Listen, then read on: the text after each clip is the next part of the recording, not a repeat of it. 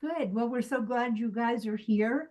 And you don't, I see that Jacob has his video on, and you don't have to have your videos on or anything, but we're glad that you're here. Phil and Brian, we see that you're here. And Claudia's come. We see she's here.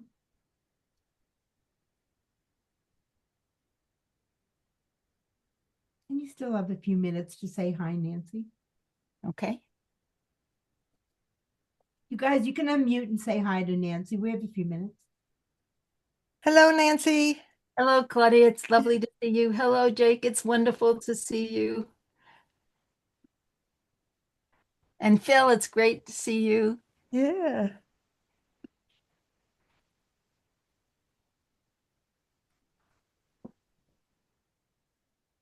I'll introduce myself. I think I'm not muted. My name is Mary Mead, and I had the joy of working with Nancy on this book. I was the designer, and we had a lovely time working together. And I'm going to tell them about our time working together. Okay, Nancy? Yes. So Nancy had the beautiful book, and she got a friend of hers. Who was your friend that did the drawing for the Isa Niafaga. he did a black and white drawing of the pots. And Nancy was like, I want to use these pots. So I was like, great. But they were just a black and white drawing, and we were trying to find a way to make them more interesting. And then she told me, well, I'm a weaver. So then I said, well, show me some of your weaving. So we went to her website and we looked at her weavings, and we literally found this weaving. Inside the pots is actually Nancy's weaving. And then the blue, the water that's coming out of the pot, is also part of Nancy's weaving. And then the really nice little flowers that are popping up out of the blue water are Yeah. also, are those from your weaving? I'm trying to remember. How would those be from your weaving? No, I think they were from Isa's drawings. They were from Isa's drawings. That's right. That's And right. they're And then in I the just, pots, right? They're sort of in the pots too. you're right. The original drawing was the pots with the flowers.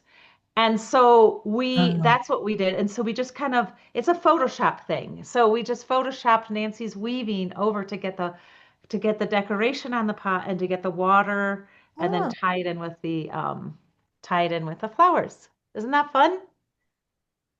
so fun. Yeah. And it's so beautiful. Yeah. Well, when Mary and I worked on it together, it just felt like magic. The way she could manipulate the whatever it is she manipulated, and it was just there. And when we were finished, we both thought, oh, perfect. Mm-hmm. We did. I agree, we did. And also, it's amazing because she's in New Mexico and I'm in Mexico. And I shared my screen with her, and we did the whole thing remotely. Yep. Yep. As her work with Judith was also remote Yep, working. I'm in Colorado. I'm in Evergreen, Colorado. Mary's in San Miguel de Allende, and Nancy's in Santa Fe. And here you all are. So yeah, it's how we did the book. And it's beautiful. I'm so happy. Well, I'd never imagined. I've published many books, and more often than not had no say about the cover. And when I did have a say, it was always a struggle. So to have a book where the cover was made collaboratively with such joy was such a gift, and another gift from the cracked pot. True that. Nice, nice. It's 6, Nancy. Would you like me to start? Or would you like to wait a little bit? Well, maybe we should wait 1 or 2 minutes. Oh, well, we should. Santa Fe and Mexico time is never the time that we say. It's always later. Right. Well, I do know some people who said they were going to be here, so maybe they will. And Oh, there's a puppy visiting us. I had a little trouble with the Zoom. I ended up having to go in and just paste the Zoom in to the thing. So I don't know whether it was just me or whether that's what other people might be doing, but let's give them a minute. Yeah, I I had a also had weirdness to. with Sorry, go ahead, Jacob. Or who was that? Jacob. Phil. Someone else had trouble? I had to type in my name and email, which I just thought was a little odd because usually you just pop right in. But I didn't have any trouble. Well,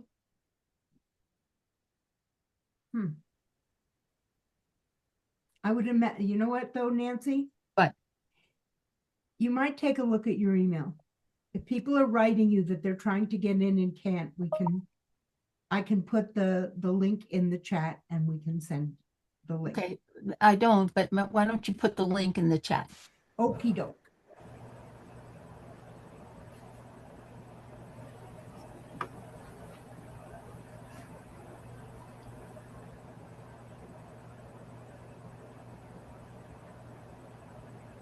Oh, people are coming now.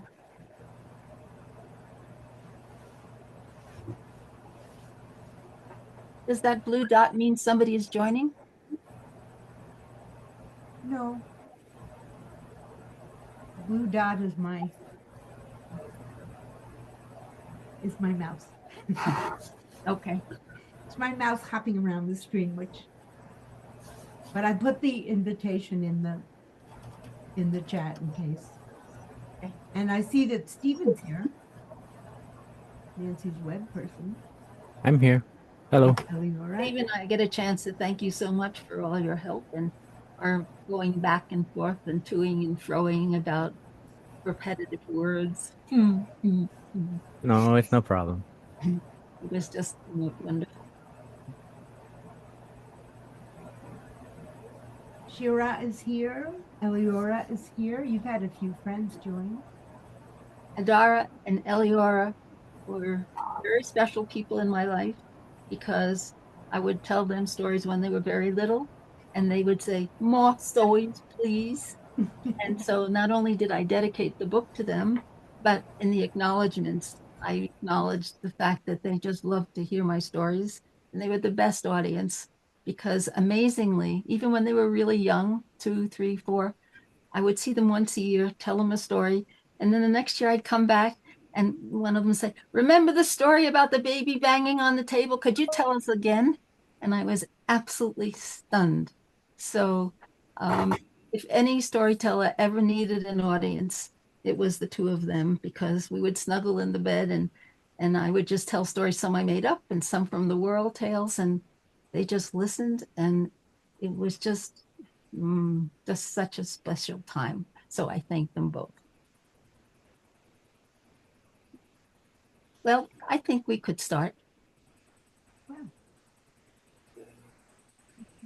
I'll keep letting people in as we go. So, Okay. so that's fine. Hello, hello, hello, hello, friends of Nancy and lovers of story. Welcome to our celebratory launch of Nancy King's newest book. I'm Judith Hill, and here with my partner, Mary Mead. We are Wild Rising Press, and we are so proud to have published this new book by the beloved teller of tales, Nancy King. It's an absolute joy for us to host the launch of the Crackpot's Gift, Nancy's luminous, soul-stirring collection of world tales paired with personal stories that reveal the astonishing depth, breadth, and resilience of the human spirit. With fierce compassion and her wise woman grace, the Crackpot's Gift shares stories that bring us the human condition from around the world and across time, while always bringing us these stories home to our hearts through Nancy's steadfast commitment to offer her readers her personal vulnerability and honesty. And with each story, the reader is given an intriguing question to contemplate, a roadmap that encourages us to discover and recover our own stories.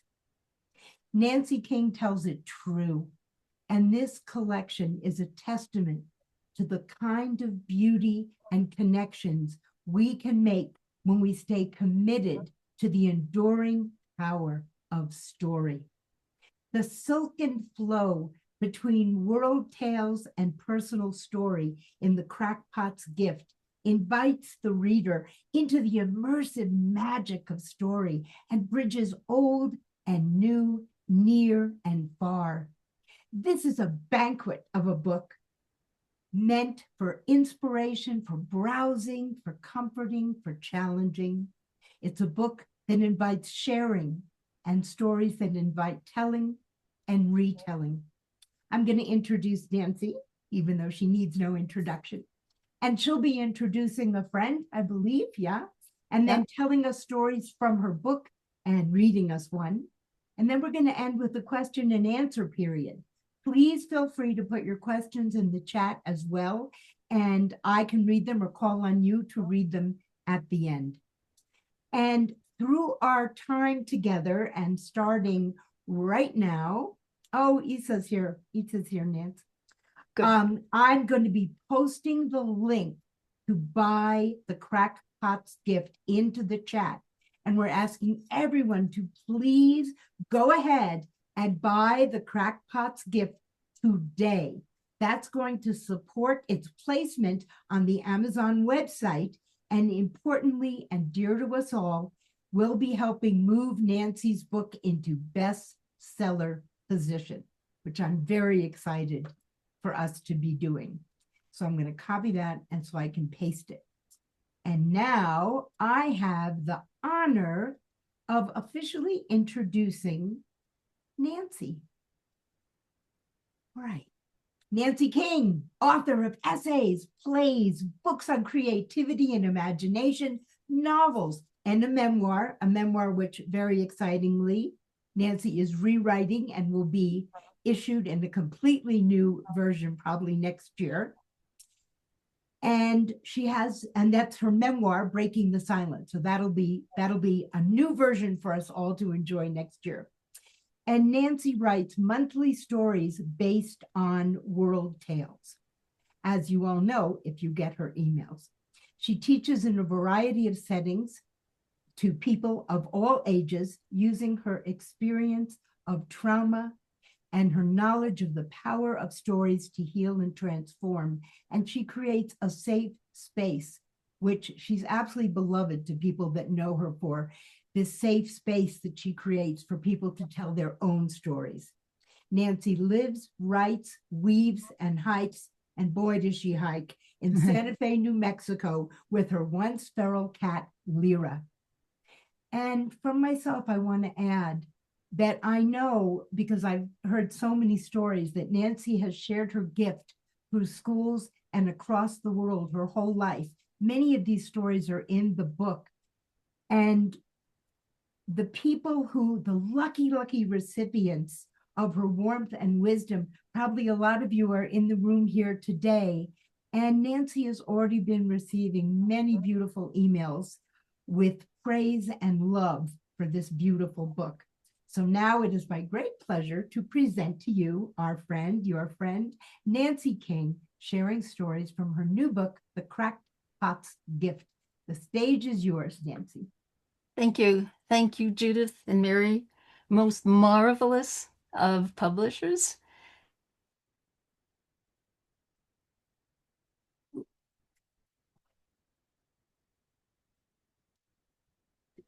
I think you're muted. You are. Hold on a second, Nancy.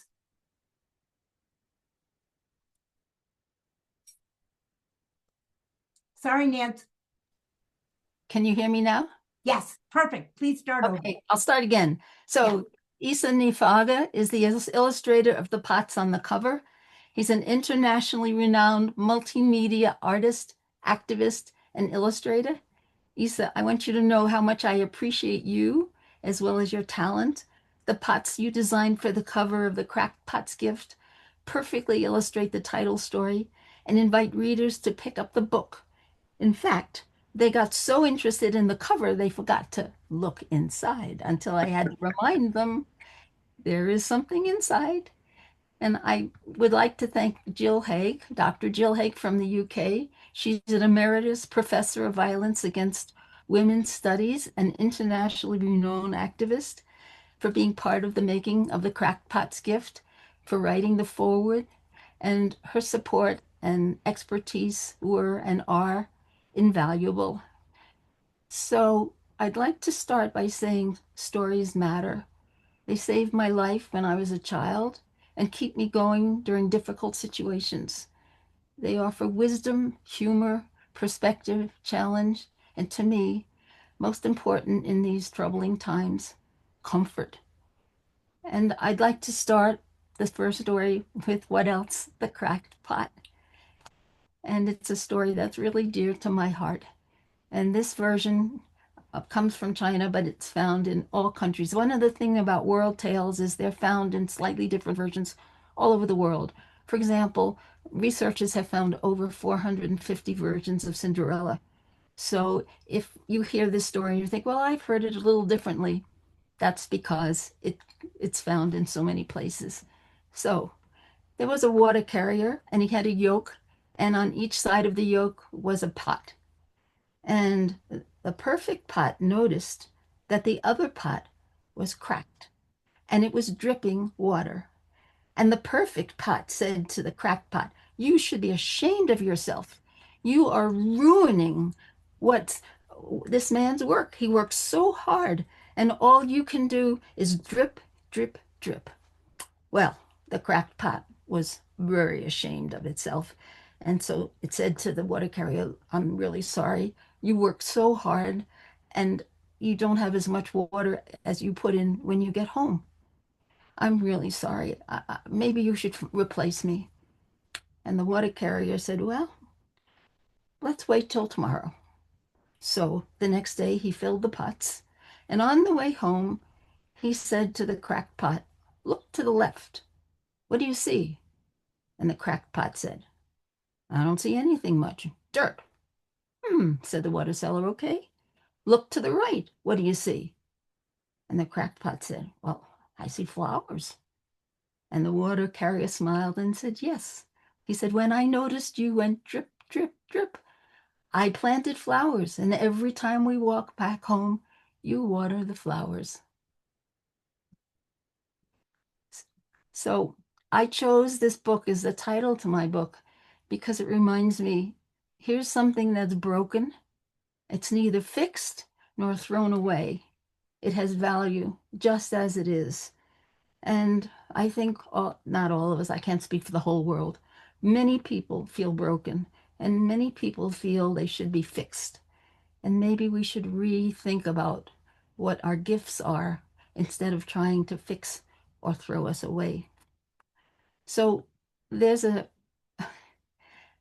when I work with students, doesn't matter the age, doesn't matter the situation. It could be a school, it could be a mental hospital, prison, working with elder people. I always start with a world tale as a way to create community. And one of my favorites is from Brazil, and it's called Hummingbird and Panther. It helps me remember where there is fear, there can also be courage. So it goes like this. Hummingbird looked at herself in the water and reflection, and she was just drab. And everything around her was colorful, the birds, the flowers, the trees, the grasses. And there she was, drab. And she was feeling very sorry for herself. And then she heard moan, groan, a terrible noise. And she didn't know what was going on. And then she saw a panther, and Panther was just acting crazy, wild, and making this horrible noise. And so she said to Panther, "What's the matter? Why are you making such a terrible noise?"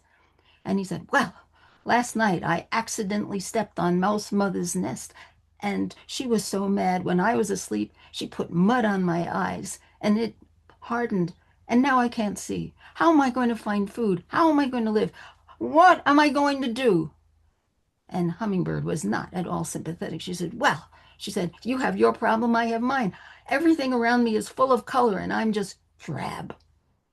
And Panther said, with no sympathy whatsoever, "That's not a problem. I could fix that in an instant." He said, "I'll make a bargain with you. If you peck the mud out of my eyes, I will figure out how to make you as beautifully colorful as you like." Oh dear.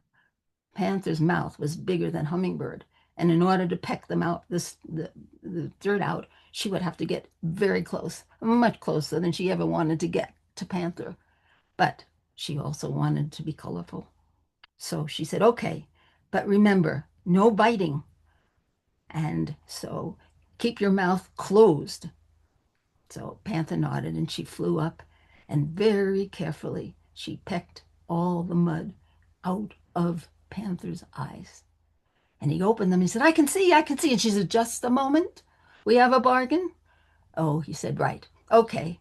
And he got a pot and put water and made a fire. And he said, you want color? Find me color. What doesn't matter? Blossoms, grasses, birds, whatever you want. Just put it in the pot. And she did. And he stirred it and let it cool. And then he said, hop in and shake yourself around. She did. He said, hop out. Mm, mm. Hop in again. She did. Hop in for the third time. And she hopped out and he said, aha, okay, fly to the river and take a look. She didn't move because she didn't believe that Panther could do anything. He said, I haven't got all day. I'm hungry. Go. So she went to the river and she looked at herself and she said, oh, I am so colorful. Oh, she went to thank Panther, but he'd already gone. He was hungry. So I tell you this story because it reminds me of a really powerful incident, and I'd like to tell you about it. And it's called Beginning with the Ending. I'll call her Jody. She reminded me of a porcupine, ready to shoot quills at a moment's notice. And yet, when I began each memoir class by telling a world tale, she, like the other 8th graders, listened attentively in the class sponsored by PEN, P-E-N, an international organization that supports freedom of expression for writers around the world. One morning, after I told Hummingbird and Panther, Jody told a student who'd come in late, you missed a really good story. Fast forward to the end of class when we spent a few minutes reflecting on the session. She spoke up. I hate the stories you tell. Why do we have to listen to such stupid stories? I sighed, let the other students talk about their experience, then ended the session. She was one of the most difficult students I'd ever worked with. I felt as if her behavior changed faster than I could blink. At the beginning of the next class, I asked students to paint a telling image, a visual abstraction of an important point in their lives, and then to write what came to mind. The class was busy writing when she walked up to me and said, I made an image and wrote some, but it's too hard a story. I can't write it. Okay, is there another story you'd like to write? Remember, the only rule is whatever you write has to be meaningful to you. I'll write about a camping trip with my uncle. Okay, I nodded and watched while she painted an image of what might be a sleeping bag with a bump in the middle, grass, trees, and a stick figure looming over it all. She wrote for a few minutes, then crumpled up the paper and said, I don't want to write this story. Well, maybe you need to write the hard story. Sometimes when we write what's difficult, it helps us feel better. I did something awful. How can writing about it make me feel better? I knew her story. It was hard, very hard. And I just tried to figure out what I could say. And then I asked, after what happened, did anything or anyone help you feel a little better? She nodded. My grandmother told me it wasn't my fault. She told everyone it wasn't my fault. Oh, well, why not start writing the ending? How someone you love told you it wasn't your fault. Then, when you remember how the story ends, you could write the beginning. And every time the story seems too hard to write, you can look at your ending. She shook her head. It's too hard. I can't do it. Could you do it if you're a language arts teacher and I help you? How are you going to help? You can't change what I did. I could feel the quills shooting out. She just bristled, waiting for me to just say something. So I took a deep breath and I said, you're right. We can't change what happened, but we'll help you every way we can. I think you're very brave to write such a hard story. It takes a lot of courage. Well, it took a lot of doing, a lot of anxious moments when she tore up what she'd written, only to have us tape up the pages, a lot of encouragement by her teacher and me. Up until the last moment, I wasn't sure she'd finish it, but she did. We sent the class the stories to Penn. They printed the stories and made them into a book with a cover designed by the class, and each student got a copy of her book or his book at the author's celebration. So after the author's celebration, after I handed each student a copy of their memoir book, I saw her. She was hanging back, looking distressed, clearly waiting until the other students had gone. When she walked over to me, I waited for one of her verbal zingers and just thought, well, I've done the best I can. She wrote the story. That has to be good enough. Instead, she said, looking at the floor, I know we're only supposed to get one book, but could I have two books? I wanted to give one to my grandmother. I was so shocked it took me time to register what she was asking for. She thought I wasn't going to do it, and she looked at me pleading, please, give me a book for my grandmother. I promise I won't tell the other kids. No porcupine quills, only a troubled kid who'd written a powerful memoir that took a lot of courage to write. Of course you can have two. I handed her the books. She took them carefully, put them in her backpack, started to leave. Then she returned, gave me a quick hug, and ran off. And the prompt for the reader is, how do you keep going when all you want to do is quit?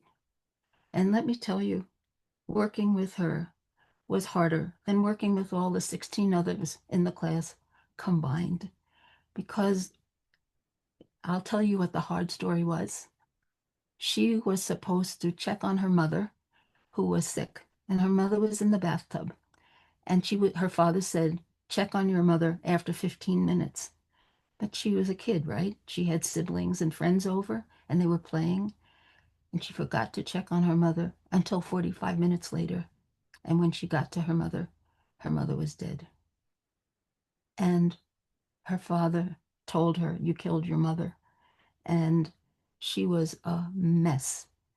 And I think if I hadn't known the story, I might not have been able to help her.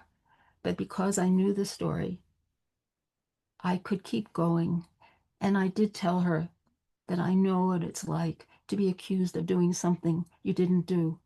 And she asked me, what? Not at all sure. And I said, well, okay, how about this? My son, I took him to the doctor, and then a few hours later, he had trouble breathing and he had to be taken to the hospital. And the doctor said, if your son dies, it will be your fault. And she said to me, he didn't say that. I said, oh, yes, he did. She said, well, did your son live? I said, yes, he did, but there's still the blame. And you still feel the blame with your father. And it wasn't your fault. It wasn't your responsibility to take care of your mother. And so I think you need to keep reading your story, because it will give you courage and it will remind you that you did the best you could and you're only a little kid. And I did the best I could. I had already taken my son to the doctor. And it's easy for somebody to say, mm, mm, mm. And we have to find a way to let that poison go. So I want you to think about it. How do you keep going when all you want to do is quit?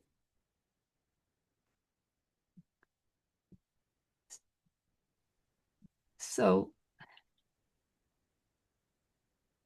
after a really hard story, I thought it'd be fun to tell you a story that makes me giggle.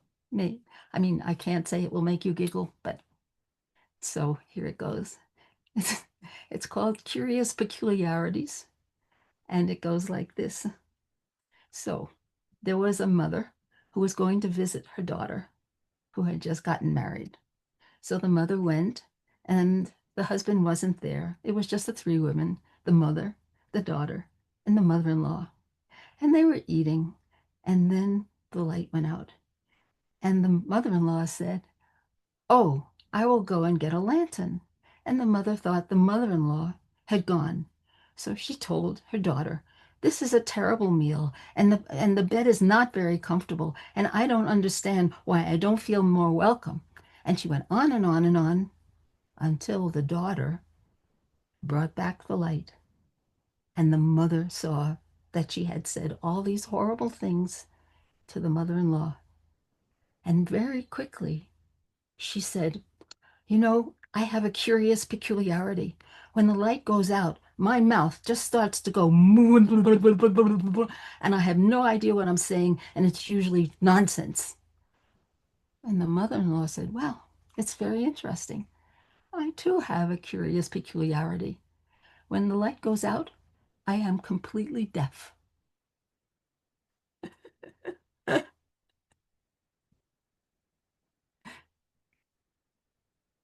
So, Judith, do we have time for one more story? You absolutely do. Okay, well, one or two, as you say. So, as some of you know, um, I have found life very difficult, and stories have been a source of comfort and wisdom. And one author called them medicine, but I don't consider them medicine. I consider them just like blood and breath and food, as necessary to me as a life force. And so when life gets hard, I literally tell myself a story. And one of the stories I tell myself quite frequently is Ant and Elephant from India. And it goes like this. The community decided they wanted a king. And so who should they pick but the biggest and animal? And it was Elephant. And Elephant had always been very kind and very caring. And so they felt very safe.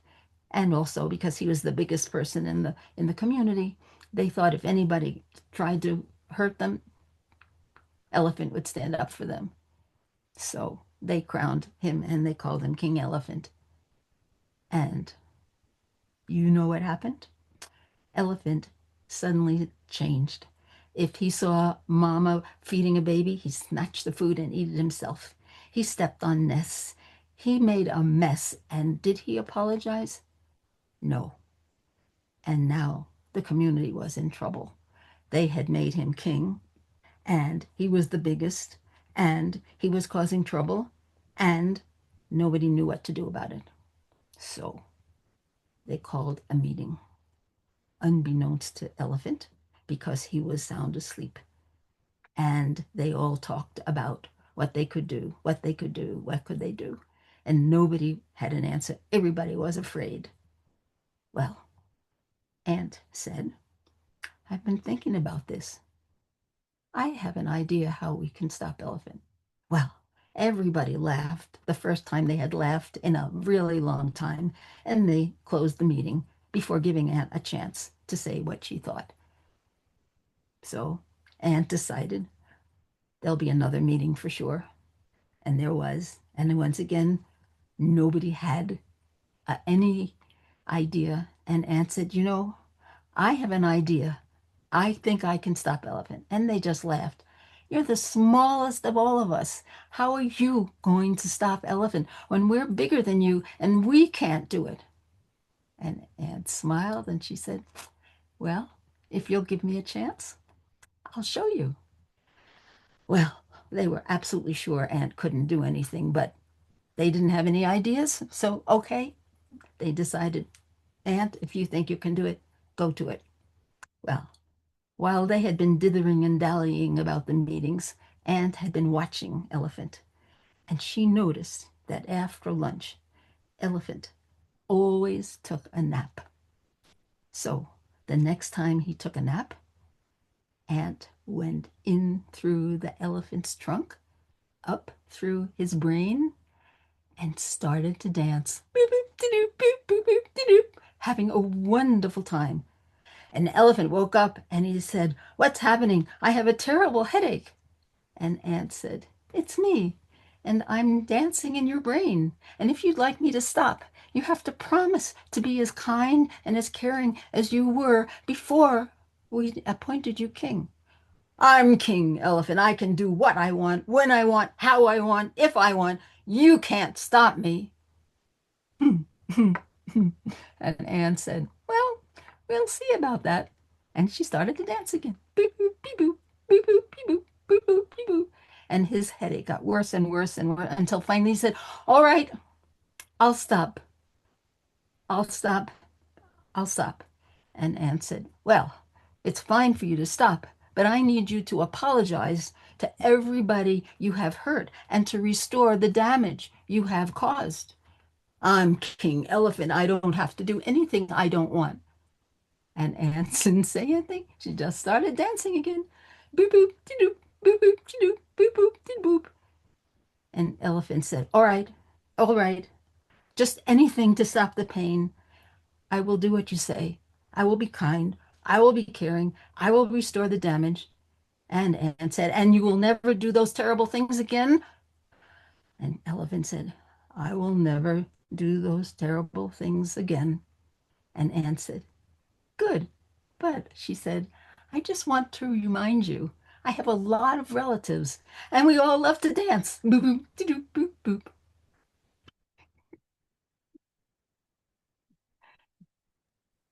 That's a fabulous story. So we have some time, and I can keep telling some stories, but I think you said something about questions, Judith. Yeah, why don't you guys unmute yourselves? Maybe you wanna say hello to Nancy, or, you know, tell a story yourself, ask questions, whatever you would like to do. And Nancy will call on you if you're shy and just want to write it in the chat, I'll read it aloud. But unmute yourselves and let's have a little sharing moment. And then I'm going to ask Nancy to tell one more story. Does anybody have anything they want to say or ask? I just want to say something. This is Nicole Reed. How are you? I love the book. I haven't read it yet, but I love it. I love it. I love stories, but also I like the part where you talked about storytelling also gives you writing stories gives you courage, but also motivating our young people and our young adults to write, just to get them to write is sometimes tedious, but writing stories, if they can write stories and relieve that stress and just motivate them to write is awesome, I believe, especially in the areas, I mean, in society today and in the areas of writing, literature, getting them started, education. In the past, I used to use something where you would use like a handprint. I'm sorry, I'm on a bus, but you would use a handprint to get them to start writing and fill out 5 sentences and different things just to get them started. But I appreciate you saying that about telling stories and writing stories to give them courage, but also relieving stress. Thank you.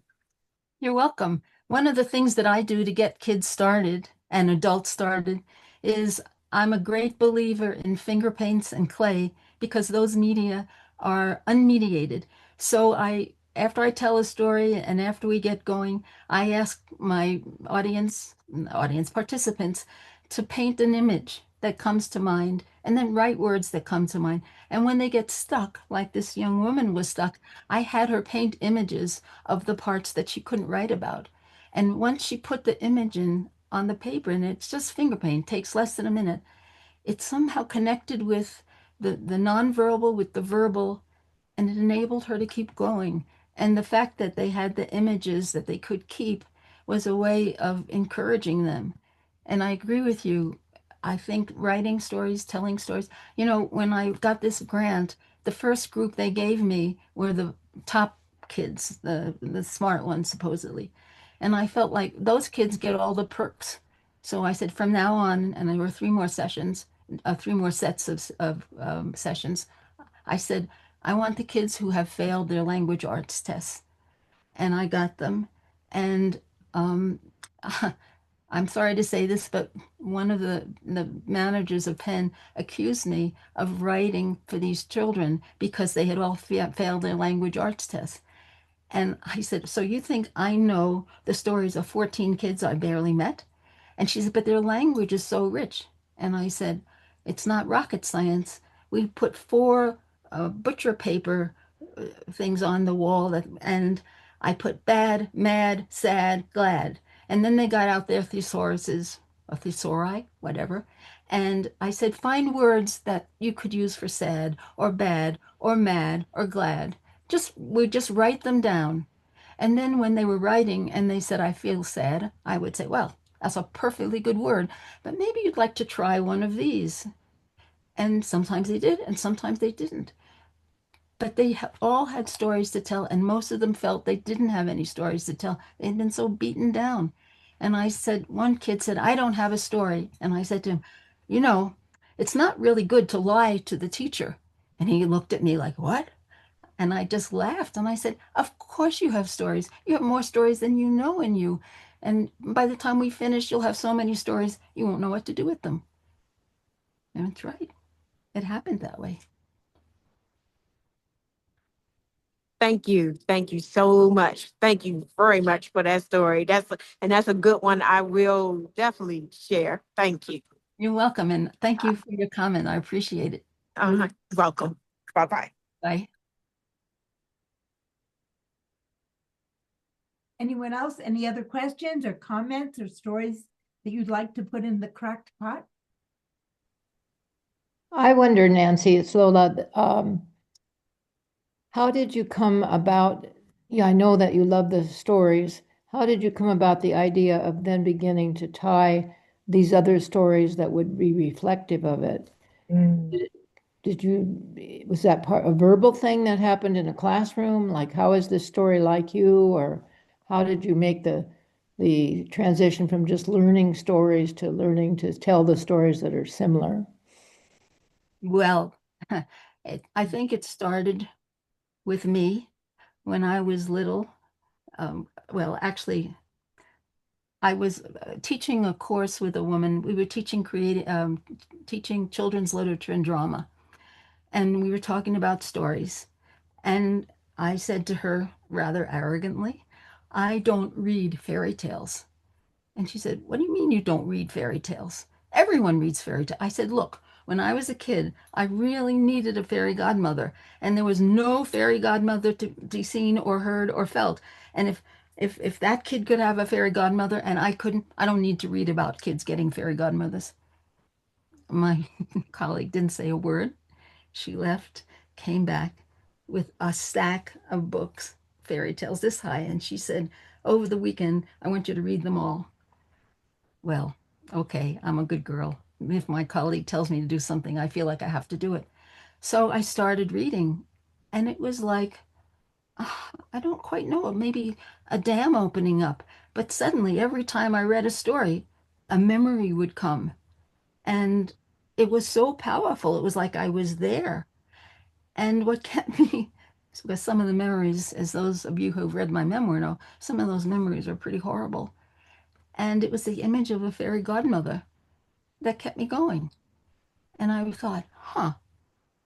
So when I worked with my classes, I was teaching creative writing, and I said, so I'm going to tell you a story, a world tale. It's always a world tale. And I give them an abstract prompt, like paint an image of courage. And I ask them to take a moment and think about words that come to mind, write them down. They have a minute, not much time to think. And then write what comes to mind. And every single student wrote a story. Some of it was memory, some of it was made up. And it didn't matter how abstract the prompt was. Like I said, tell a story about how the story spirit came into being. And they all wrote that story. And they would say to me, how is it possible we didn't know what a story spirit was? And all of a sudden, we're writing about how the story spirit got born and what the story spirit does. And so when I started I started in the pandemic with a poem and on my blog, and people liked it. And I thought, well, I'm not a poet, so maybe I'll tell a story. And as I was finishing the story, a bunch of memories came out, and I just thought, well, I'll just write the story. But because my interest in story is to have people tell their story, I put a little question, not a judgment, not any, just a kind of prompt. And I'll tell you something. Once that happened, it opened up a world of stories that continues. And I keep thinking, well, maybe next month I'll find a world tale. That's not so hard. But to find the stories of it, and it's like magic. It just opens it up. So I think stories beget stories. Thank you. It's lovely to see you. That makes me think if someone is inspired to tell a story themselves, we have a few minutes. You are more than invited to let these stories grow a story and put one in the room right now. Hi, everybody. My name is Shira, and I am a student of Nancy's from 1990. And I read about her in the school newspaper at the University of Delaware, where she had taught in the honors program. And I met her right after I had lost my mother. Um, and I took her class, and it was pretty amazing because the way that Nancy uses the story, as she had said, as a catalyst for both community formation and community connection, as well as personal growth. And I ended up working with her, and I was delighted and challenged by the her guidance, and sometimes I wanted to give up, and I didn't like telling stories, but I felt the actual need in to become a storyteller in order to be empowered to have my own kind of narrative, and narrative wasn't accessible to me. But what Nancy did, and she's a writer, she's a writer of novels and this process of story making. She has at least 10 books besides this one, so she has a great track record. And what So I just want to say that she really has influenced my life as an artist, and I'm so grateful to know her. And what I appreciate about this book is sort of the delight of the story, and the way that she just said the story births another story, and then invites us to really just take a look at ourselves in relation to her story. And so there's just this kind of a very interesting triangle there of connection. So if you haven't read the book yet, I encourage you to do so, and thank you for writing it. It's been just a gorgeous book of connection. Thank you, Shira. I really appreciate that. Anyone else? Anyone else have something they would like to share? Well, then I'm going to invite you to tell another story, Miss Nancy. Oh, Mary, do you want to say something? I put something in the chat and you said you would read it. Oh, that's true. I didn't. And there's somebody else commented on it too. Oh, that's so sweet. And Stephen too. Okay, Mary Mead, who is the other half of Wild Rising Press, the art director. And she says to you, Nancy, I am loving hearing you talk and read. You are a gifted teacher and storyteller. And you are social media and webmaster and tremendous source of help and support. Stephen Lacey, who is here, says, me too. You're an amazing storyteller. Heart emoji. Well, thank you, Mary and Stephen. It's been really terrific working with both of you and with Judith. And if the book is as good as some people think it is, it's because Judith told me to get rid of all the that's. I have become a thatophobe, or is it? Yes. And every time I start reading something I've written, I can't tell you how many that's I have gotten rid of. So if the word count has gone way down, it's because there aren't so many that's. Well, it was a joy working with you too. This was absolutely a love fest at every single level for all of us. And now we have Stephen as part of the team, so it's super great. I wanted to tell Nancy that I'm just so glad this book is out, because in this very difficult time, we really need connection and stories and a reason to feel hope. And for me, these stories in this book does that, that we can survive what we're going through and move on to the next plane of living. So thank you for this wonderful book. Thank you, Claudia. I appreciate that. Claudia is a writer and a poet, so her praise means a lot too. Thank you very much. I thought Elephant and Ant is just such an important story for what's happening for us in our country right now. And that meant so much to hear. Oh, Isa, yes. Oh, I just wanted to say that it's been an honor to get to collaborate with Nancy on this book and make the cover. So that's the testimony that I wanted to bring to the here and say that Nancy and I have been friends for a long time, and giving the opportunity to collaborate on this book cover was just a unique experience. And I will do it again. Thank you. And thank you, Nancy, for being who you are, because doing what you do is also a testimony of generosity, So you're an amazing person. Keep going. Never stop. Thank you. Isa and I are going to tell stories at a story lab at Collected Works in December. And Isa said he didn't have a story. And guess what? He does have a story, and it's an important story, and he's going to tell it. And so as 89, I have a new job as a story coach, and Isa was my first coachee. Thank you, Isa. I appreciate you so much. Sure. Eliora, I'm going to call on you and then Darla. So I've loved listening to your stories ever since I was younger. The one that you said earlier about like the baby at the restaurant, like is ingrained in my brain and probably will be forever. It was definitely one of my favorites and still is. And I read a few of these as well, and I really like, not necessarily, I mean, partly related, and also just enjoyed the one about like the Revlon like convention. I think it was kind of what like the name was about like when, and I thought that one was really like interesting, and it kind of reflects like kind of like sometimes like what being like a girl is like in the world that we live in.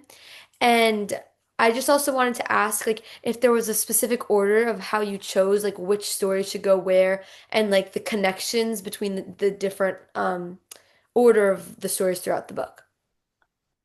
Well, it's a pleasure to see you. And the two of you were my very best story audiences from the get-go. Even when you were little squirming babies, you still listened. So I want you to know how much I appreciate you, and Shira, of course. And actually, it's a kind of association. I tell myself the world tale, and then I let it absorb into me, and then stories just emerge.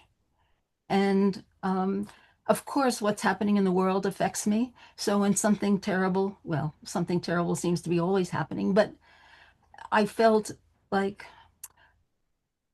I was sinking down into hopelessness, which is not a very good place to be.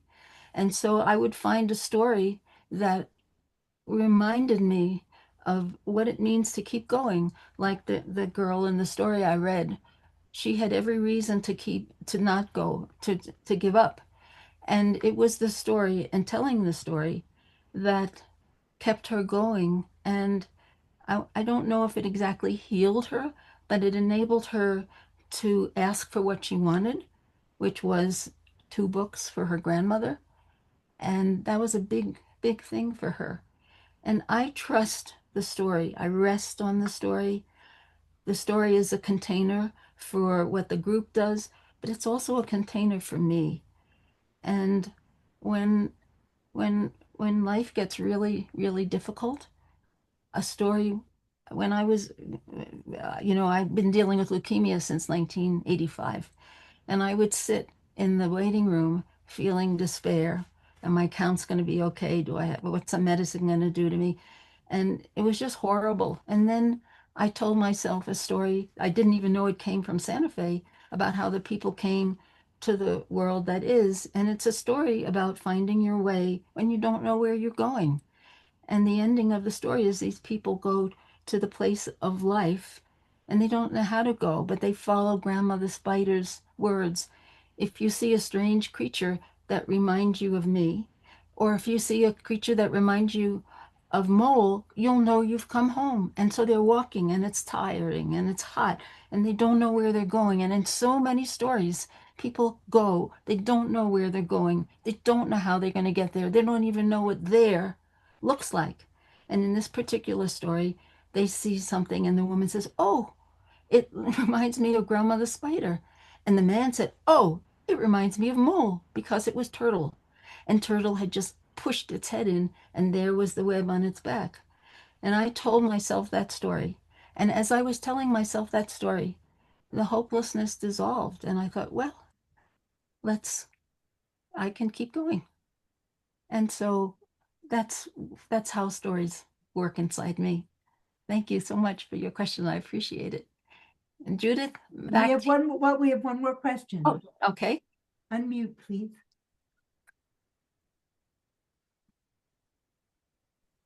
Hi, I'm Dee. I was a student at UD with you in 1999, and I think again in 2002. Um, and it's striking me how revisiting the same stories is so important because in each moment something different speaks to us in them. And I'm delighted to hear that the stories that you've written end with kind of a prompt to keep the story going in us so that it's not closed and stays in the book, but comes out in To Be With Us. And I'll share a story, very short story, from when I was a child. I would spend the summers with my grandparents on their farm, and they had a half acre of garden. They grew all of the vegetables they needed. And I'm still a very scientific person. I want to know what everything is. So I would pull a weed and I'd take it to my grandfather and ask, "What's this one? What's this one? What's this one?" And he would know all the names of all of the weeds that we didn't want in with our vegetables.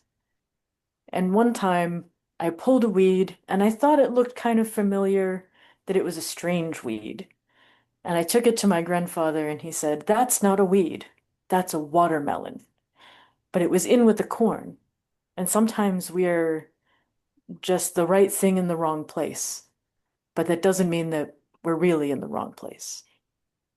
Thank you so much. I really appreciate that. And we're all I'm working. delighted by revisiting some of the experience of being in the presence of your stories again. So Thank you. I really appreciate it. It's lovely to see you. And thank you so much for contacting me. It means a lot. Thank you. All right, Nancy, you want to bring us on home with one story? Okay. So this is a story that, of all the stories, this is a story for our time. And it goes like this. Little Parrot loved the jungle, and she loved it more than anything. And so every morning before she even had breakfast, she'd fly over the jungle and check and make sure everything was right. And when all was well, she would come home and have her breakfast and move on with her day. But one day, she flew over the jungle, and there was a big plume of smoke, and she knew the jungle was on fire. And she knew she had to do something. And she was a very little bird, but she flew to the river, sucked up some water, flew back, whoosh, put water, and she kept flying, sucking up the water. And suddenly there was a cackle, and she heard this boy saying, "You little bird, you're so little, you'll never put out that fire. Why don't you just give up?" And the cackle, "Ha ha ha ha." And little parrot said, "I don't need advice. I need help." And with that, she just kept going, sucking up water. And all of a sudden, there was a huge stream of water.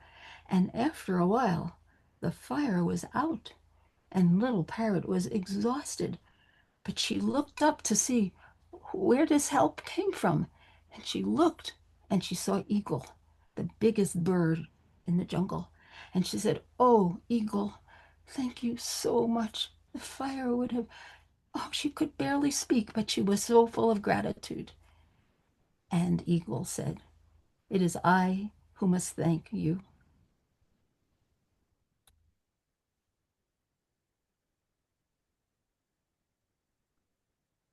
and we all need help. And so I hope that today's session, experience, whatever you want to call it, I hope the stories have helped, and I hope you keep them in your heart. And I thank you very much for joining me. It's really been a delight and pleasure, a privilege, and I'm grateful for all of you coming. Thank you so much.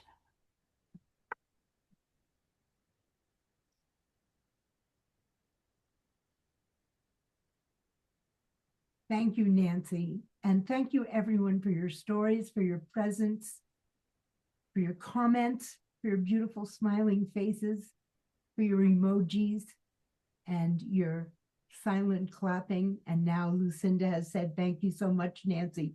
Wonderful stories and considerations. And I say, absolutely. I think we're all feeling this. I just want to say, if I didn't answer people's questions, they could drop me a line on my email or link with me on my website, because Judith will put the email and website in the chat, and I'll be happy to respond to any of you with a story. Thanks, Judith. I've put it in, and you can see it there above Lucinda's comment. And I just want to let you all know, in case you didn't, that Nancy's Riches go on every month.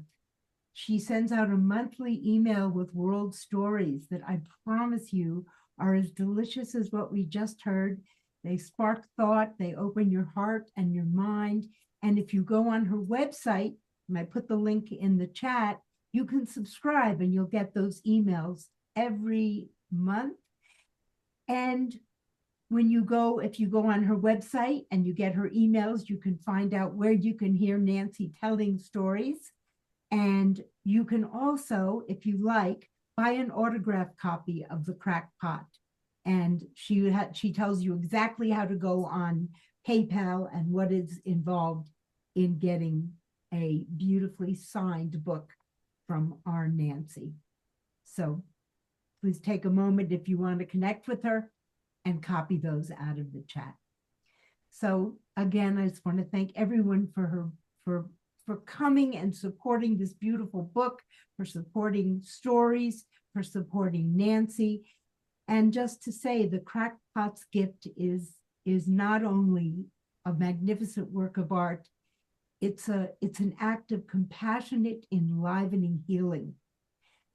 And through Nancy's work, we have this marvelous, heartwarming inspiration to become the heroes and the heroines of our own stories, and for our own people and our own country, which is so incredibly needed at this time. So please read these stories, carry them in your heart, and I hope to see you all when Nancy's memoir comes out again next year. Thanks. Bye. Bye. Thank you all for coming. I really appreciate it. Thank you so much for hosting this, Judith. Thank you. Channel is it on? 5? Bye, Nance. Congratulations for the book. Thank you. Bye. Bye. Thank you so very much for the Bye. performance. Bye. Hi, this is Rachel. I just want to say thank you. I've been enjoying your stories very much.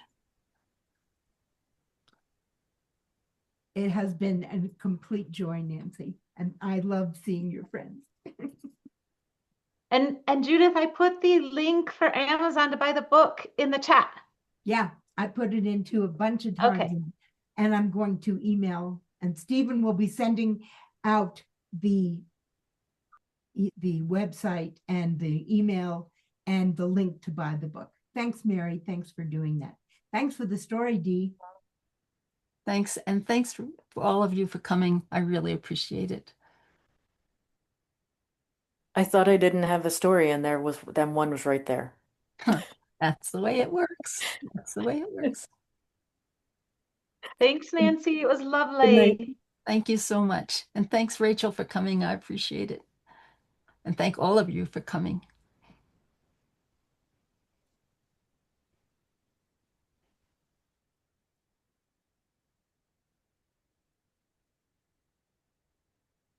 What a success, Nance.